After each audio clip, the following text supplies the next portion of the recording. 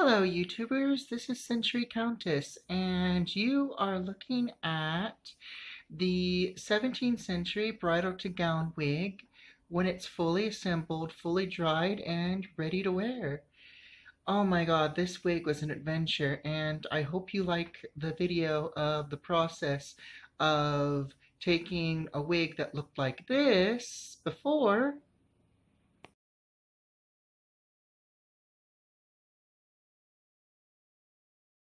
into this beautiful ensemble that you see before you. Oh my god, hold on. So, just look at that.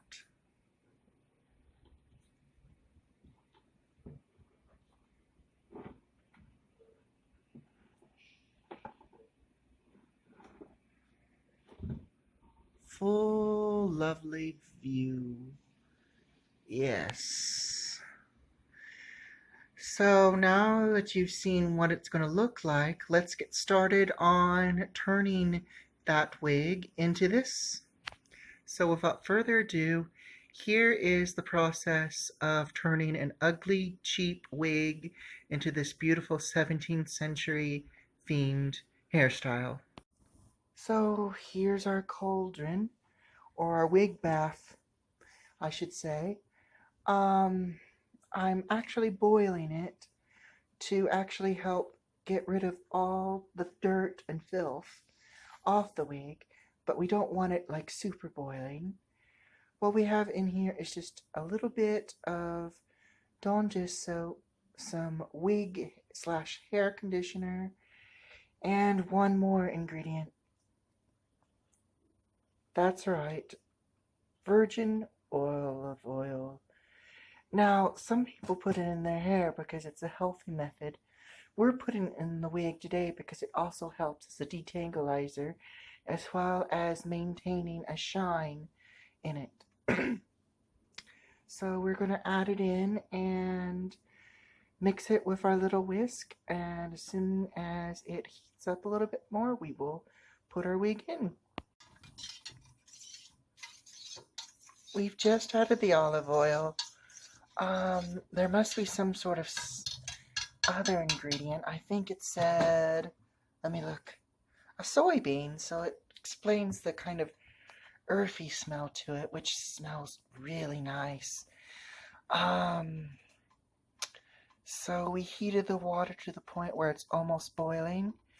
We just turned the burner off so it doesn't get to that actual point. I don't know if you can see the steam or not. So our next step is to put our girl in.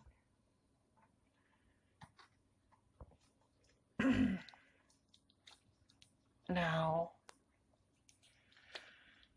we're going to set our timer to about 45 minutes. Let this soak for an hour. And then afterwards, we are going to pull her out or dump her out in the tub. Wash her with a combination of lukewarm water and regular conditioner to get the remainder of the dirt out. And then we're just going to soak her in some nice regular water in a bowl, or probably in the same pan after we wash this out. Let it soak for another hour just to get whatever's left. Yeah, so that's what we're going to do. We're going to wait an hour and I'll show you that step.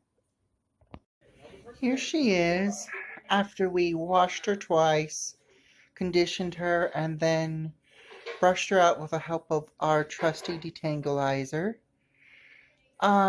She's nice and straight now.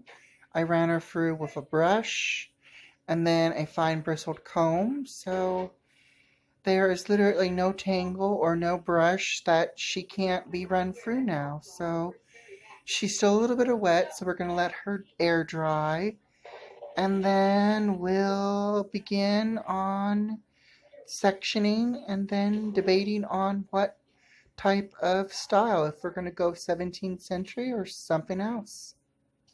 Here she is the next day, fully dry. I went ahead and brushed her again because at the bottom it kind of looked like it had the wet and dry look. But now after I brushed it out once more and let it dry, it really looks refreshed. It looks very nice.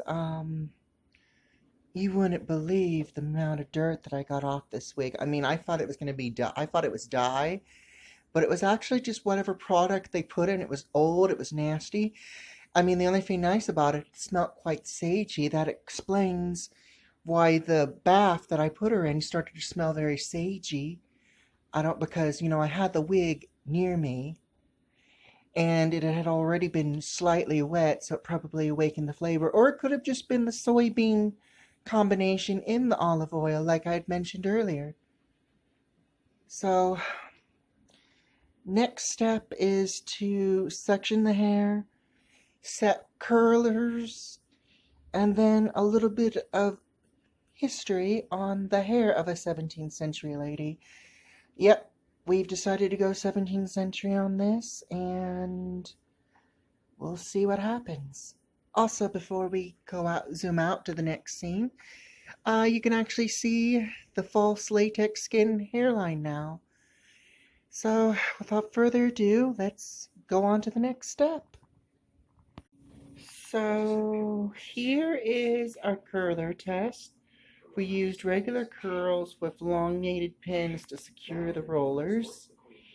And we did a damp spray and a combination of hairspray, and then layered it after an hour with more water spray and hairspray.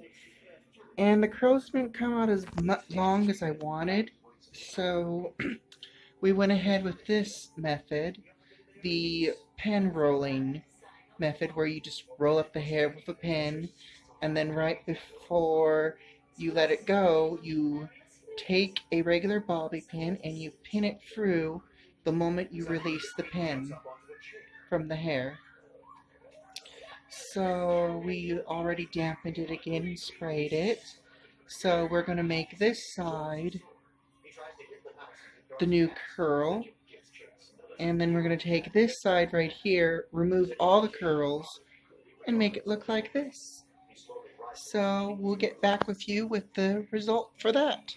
So before I do the pen rolling method on this side, I went ahead and took the rollers out, and I thought maybe I'd show you what the result was from that.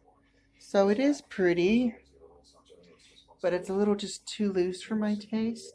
Now, I know a 17th century portrait had curls about this loose, but we want tight. We want tight loose, not loose loose. So, and plus, if you run your hands through it, I mean, literally the curls just start to flatten, literally. So, even with the little hairspray and water combination, it just does not stay, and it starts to get long, and it looks, like I said, it looks pretty, but this is not the look we want. So wish me luck on this second round of attempt of curls. And we are back. Oh my gosh, the curls are so much better than the last attempt. Ignore the pins on top of the head with the pearl heads. That's not accessories, that's just to secure the wig. But I mean, look, oh my god. Just look at that. I also added some pearl detail to the back to give the bun some kind of accessory. Oh my god, and just, hold on. Look at how it bounces. And it's a little bit stiff because, I put some hairspray in it to kind of maintain the curls because, like you saw earlier in the last curling attempt, they were coming loose. So I thought a good stiff extra hold hairspray would keep them in a little bit longer. And so yeah, this is the wig for the 17th century ball gown. Oh, I mean, not ball gown, wedding gown, my bad. Blooper. So, yeah. So I'm going to let that dry, and hopefully after we do the finishing touches of our 17th century bridal gown, we can show you the full look. So this is Century Countess signing out. I hope you enjoyed this new wig tutorial, and I will see you soon in our next video.